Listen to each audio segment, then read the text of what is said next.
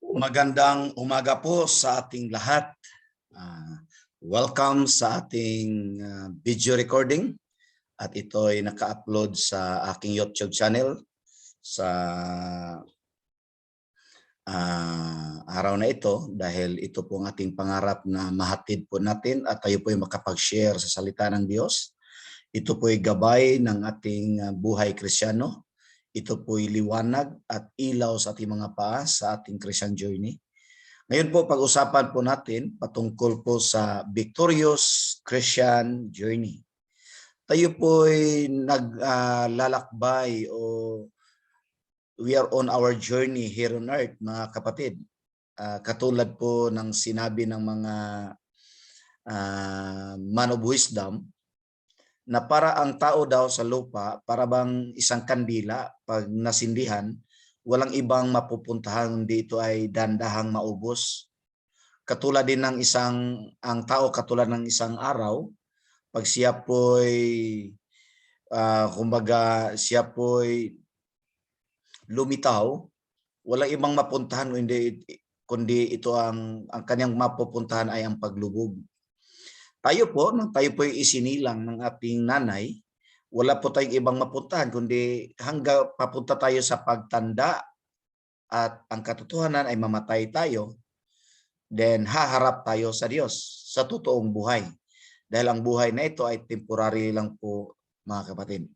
Ngayon po sa ating journeys in this planet Earth, sa ating paglalakbay sa mundong ibabaw, ay nakadesign po tayo sa Diyos na tayo po maging victorious. Nakadesign po tayo, subalit mayroon po tayong mga hakbang na kailangan po nating gawin sa lahat ng sumampalataya at tumanggap sa ating Panginoong Hesus. Ngayon po, ito po ang sabi ng Bible in Joshua chapter 1 verse 8. Be sure that this book of the law, be sure that the book of the law shall not depart on your mouth. Study it day and night, and make sure that you obey everything written in it, then you'll be prosperous and successful. Be sure that you obey everything in it, then you'll be prosperous and successful. Alam niyo po, nakadesign po sa bawat isa na tayo po ay magtagumpay sa buhay, prosperous and successful. Subalit may mga hakbang tayo pong kailangan gawin. Ito yung sinabi ng Bible, be sure that we will obey everything what is written in the Holy Bible. Kailangan po na ang buhay natin ay part po talaga, kasama po talaga yung banal na kasulatan, pag-aralan araw at gabi, and gagawin ang nakasulat doon.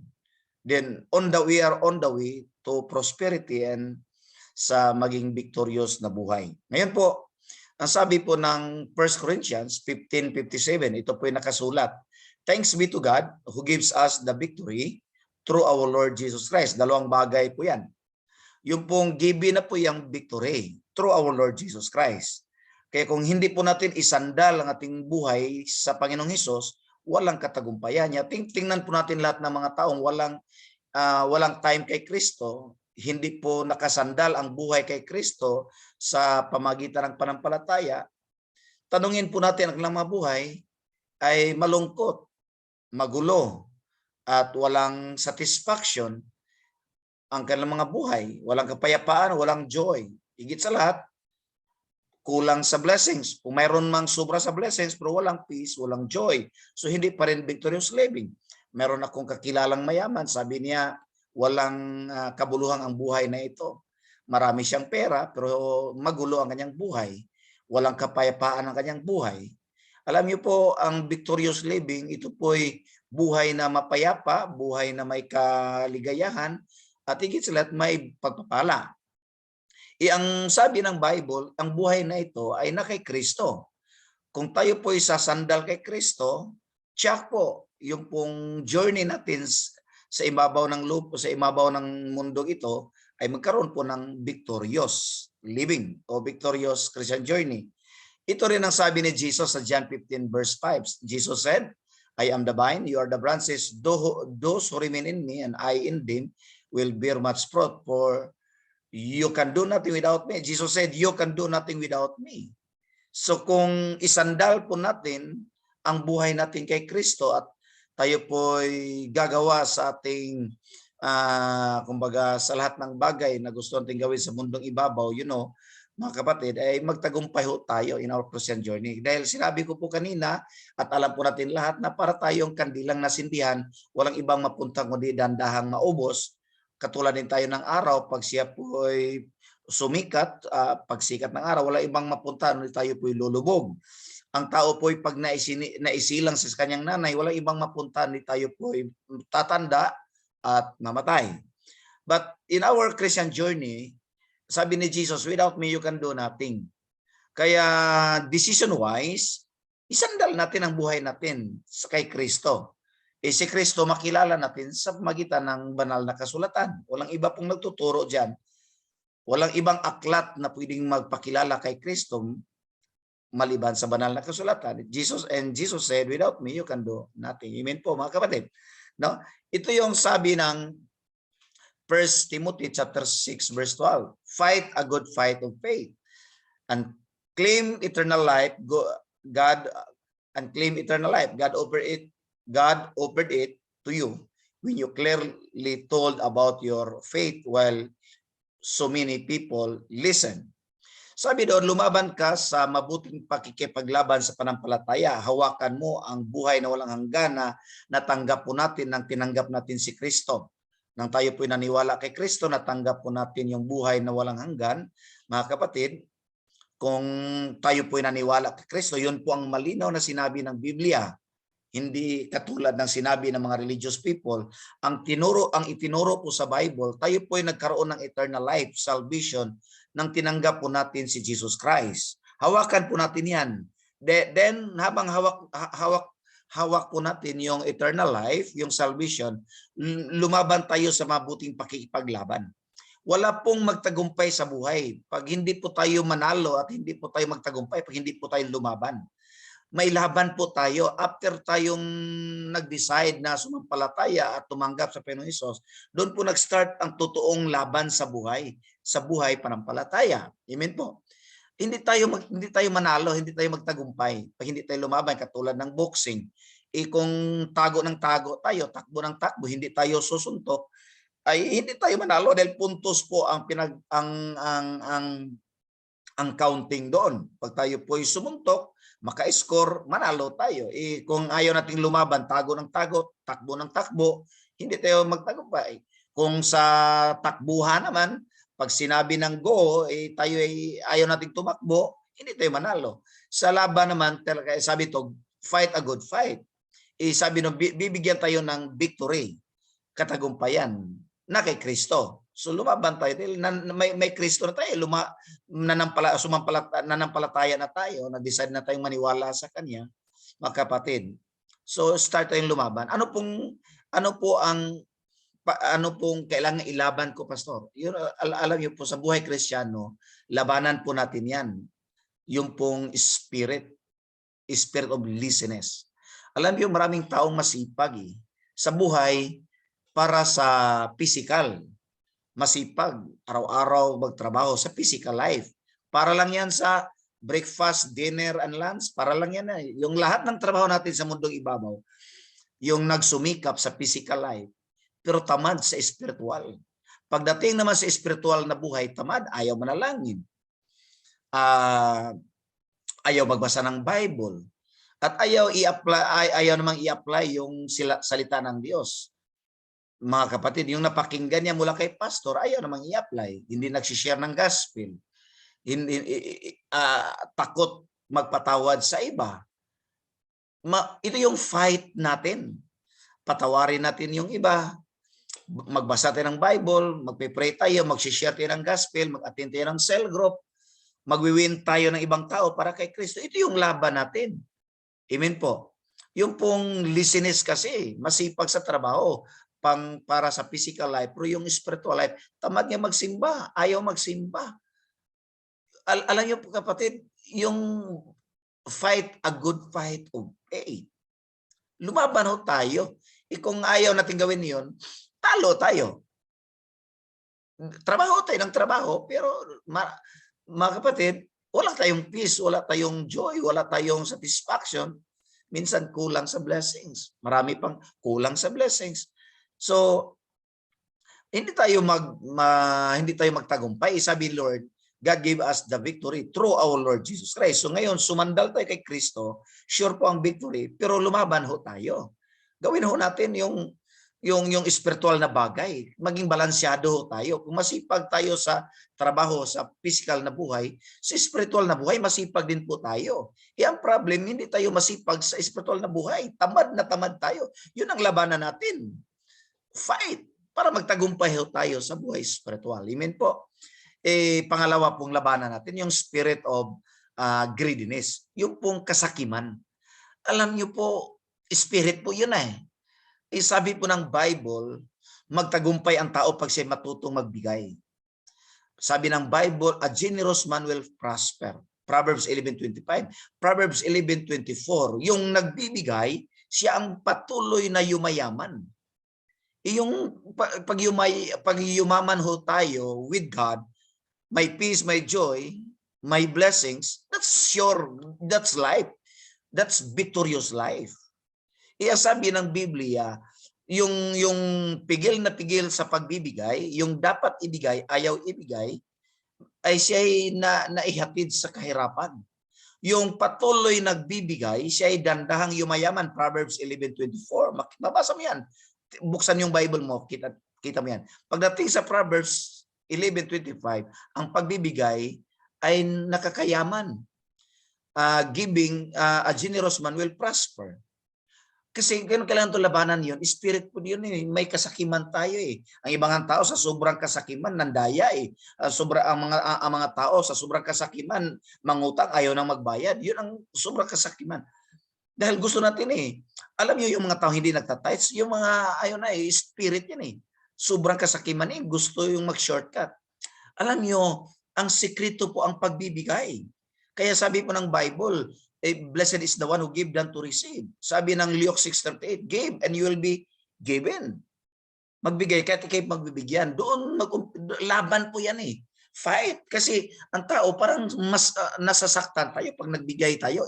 Spirit yan eh. Dapat ibigay, ay takot tayong ibigay. Ayaw nating magbigay.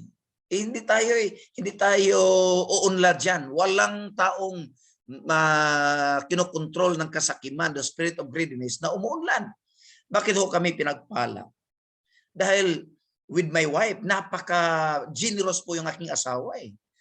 At ako naman po ay mas lalo akong na-enhance sa pagbibigay. Alam niyo po, mas masaya yung nagbibigay dahil siya pong mapalad kaysa tumatanggap. Pero don't you know that is spirit yan eh, kumukontrol sa tao. Alam niyo, pag nagbibigay ka, nasaktan ka. Hindi ka na maka-smile dahil kumikilos po yung spirit of greediness. Fight, lumaban ka. Pag nagbigay ka, uunlad ang buhay mo. Ibigay mo yung tithes, mag-offering ka, mag-save faith ka, mag-first fruit tayo. Mga kapatid, ibigay mo yung portion of the first. Alam niyo po, uunlad ang buhay. Sabi ng Bible, totoo po ang sinabi ng Biblia. Makapangyarihan po ang salita ng Diyos at totoo po ang Diyos. Bakit kami po pinagpala? And to God be the glory for the glory of our God. Dahil malaya pong kamay namin sa pagbibigay. Amen po. Kahit mga pastor, ang daming pastor hindi marunong magbigay. Kailangan pong mag-aral yan eh sa School of Giving. Walang taong sinasanto dito pagdating sa spirit of greediness. Lumaban ho tayo, labanan po natin yan, yung kasakiman. Amen po. Pangatlo po, alam niyo po, yung pride. Kailangan po nating labanan yung pride. Dahil sinabi ng Bible, a proud person will not prosper. Those who exalt himself will be humbled, sabi ng Bible. At saka sabi ng Proverbs chapter 18 verse 12 that before his downfall a man's heart is proud. God, sabi ng Bible in James 4:6, James 1 Peter 5:6, God opposes the proud. Laban na po yung pride. Na spirit mo diyan nakatago sa puso natin pag alam niyo po, minsan pag sinabihan tayo, kinukorek tayo, natamaan tayo sa preaching, nagre-react tayo sa negative side. That is pride.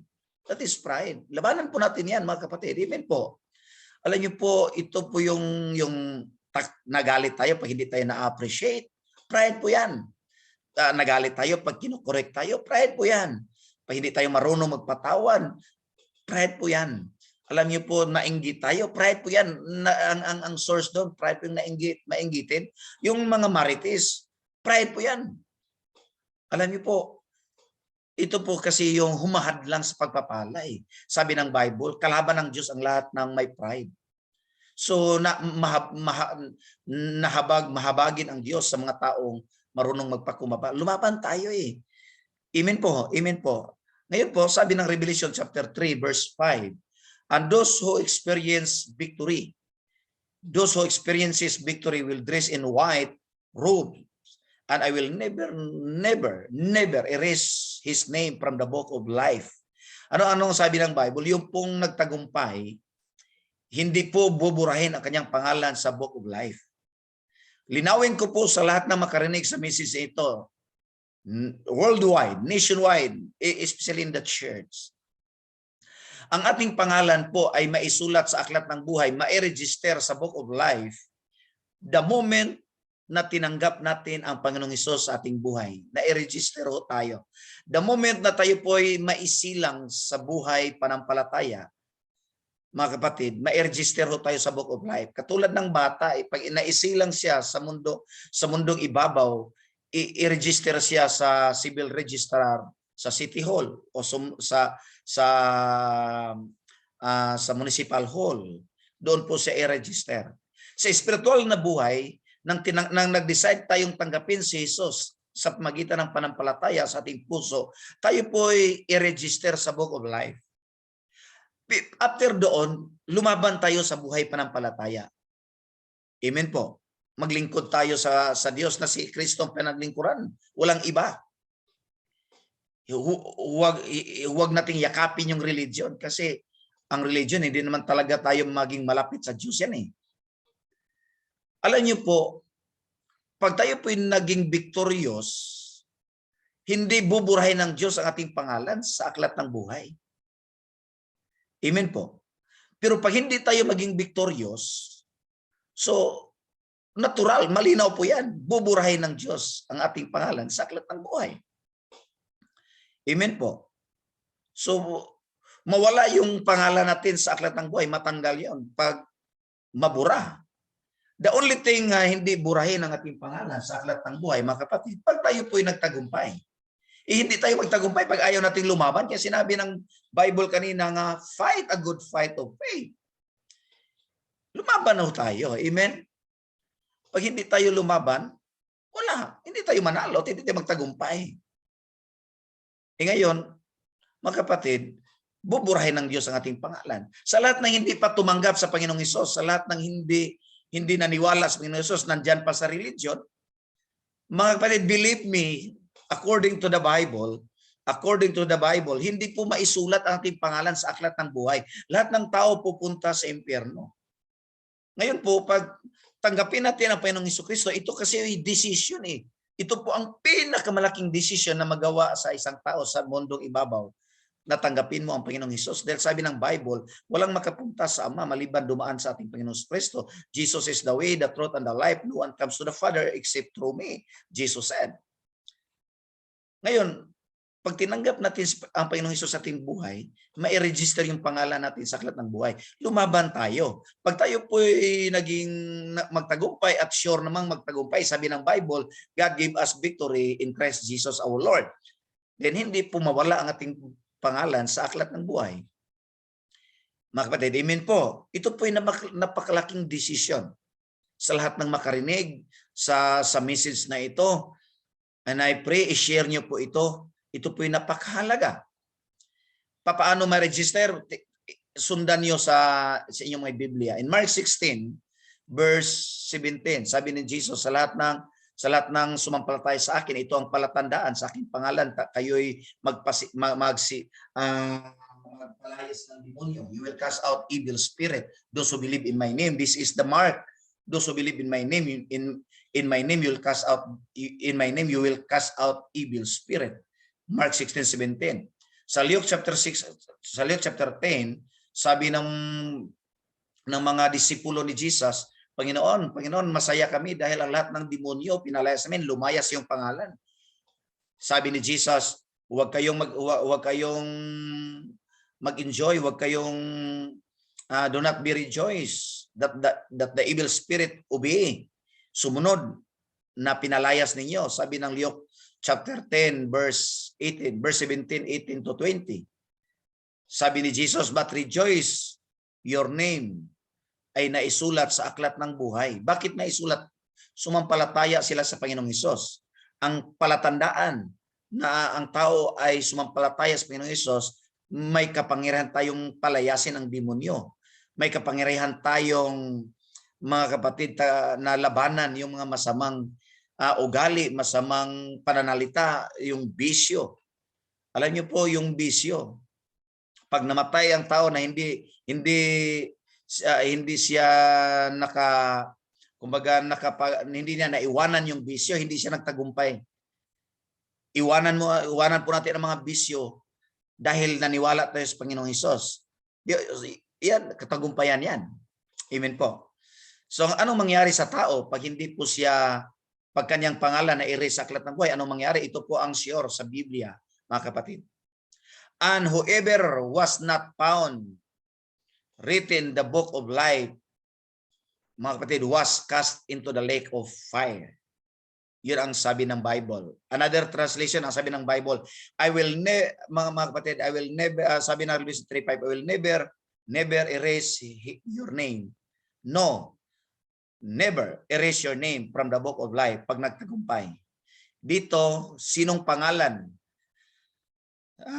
na hindi makita sa aklat ng buhay ay siya itatapon sa dagat-dagatang apoy. And whosoever was not found written in the book of life was cast into the lake of fire. Mga kapatid, kahit anong religion ang tao, mayroon siya. Mga kapatid, walang kakwinta-kwinta po yan eh. Kahit sabihin natin, pastor, itong religion namin, ito ang pinakamatandang religion. Itong, mga kapatid, walang kakwinta-kwinta pag hindi po naisulat ating pangalan sa aklat ng buhay. Pupunta sa impyerno. This is the word of God sa lahat ng makarinig sa message na ito. Pupunta po talaga sa impyerno ayon po sa banal na kasulatan. Revelation 3:5, pagdating sa tamang araw, pag ang kanyang pangalan wala po sa aklat ng buhay. Mga kapatid, pag tumanggap po tayo sa ating Panginoong Jesucristo, ang ating pangalan maisulat sa aklat ng buhay, sure po yan. Mark 16:17 and Luke chapter 10 verse 17, 18, 19, and 20. Verse 20. Alam niyo po, pwedeng ma-erase pag hindi po tayo magtagumpay sa buhay. Ang sabi po ng Bible, ito po ang sabi ng Bible, tayo po'y magtagumpay. Ito po yon, sure po, sa ating Panginoong Hesus. Ngayon po, sabi ni Jesus, without me, you can do nothing. So in paraphrasing, without me, you will never experience victory. In paraphrasing. Dahil dito po, sabi ng Bible si Jesus, ang victory na kay Jesus po. Sabi ni Jesus, without me, you will never experience victory. Ngayon po, lumaban tayo. Tayo po ay magtagumpay. At hindi po buburahin ating pangalan sa aklat ng buhay. At hindi ho tayo mapunta sa impyerno. Ito pong pinaka-sure at assurance sa lahat ng bagay. Alam niyo po bakit si Lord nagbigay ng pastor? Para gabayan ho tayo. In Jeremiah chapter 3 verse 15, para gabayan ho tayo, para turuan ho tayo with knowledge and understanding. Jeremiah 3:15, I give you pastors from mine heart who will lead you with knowledge and understanding. Lugi po kayo kung wala kayong pastor na tinanggap ninyo.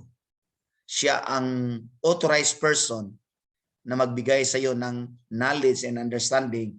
Jeremiah chapter 3 verse 15. I give you pastors from mine own heart, who will lead you with knowledge and understanding. Ngayon po, isi-share ko po ito, ibinahagi ko po ito sa kaparaanan na kaya ko't alam ko. Ang aking pong goal, ang lahat po ay magtagumpay sa buhay. And sabi ng Bible, through Christ our Lord, through Christ Jesus our Lord, we will experience victory. God bless you po. God bless you po. God bless.